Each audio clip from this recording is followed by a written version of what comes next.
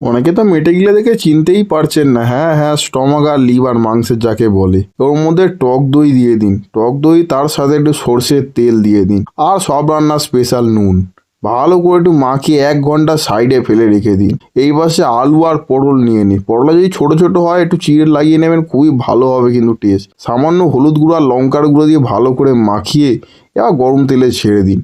গরম তেলে ছাড়ার সঙ্গে সঙ্গে সব লাফালাফি করতে শুরু করে দেবে, কিন্তু ভালো করে ভেজে নিতে হবে, একদম লাল লাল হওয়া চাই কিন্তু গাইস। তারপর তুলে নিন।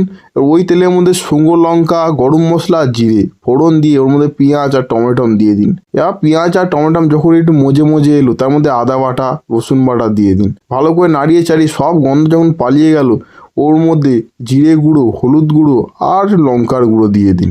ভালো করে নাড়িয়ে চাড়িয়ে কষিয়ে নিন। কষানো হয়ে গেলে 1 ঘন্টা ম্যারিনেট করে রাখা মাংসটা দিয়ে দিন। আর কতক্ষণ ভাই এই গরমের মধ্যে অপেক্ষা করবেন? ভালো করে নাড়িয়ে চাড়িয়ে নিন। কষানোর পর্বটাই কিন্তু সব রান্নার মধ্যে মেন, এতেই আসল টেস্টটা খুলবে। তাই ধৈর্য করে একটু নাড়িয়ে চাড়িয়ে গাইস নিতে হবে। যখন তেলটা বেরিয়ে আসলো, তখন পটল আর আলুটা দিয়ে দেবেন।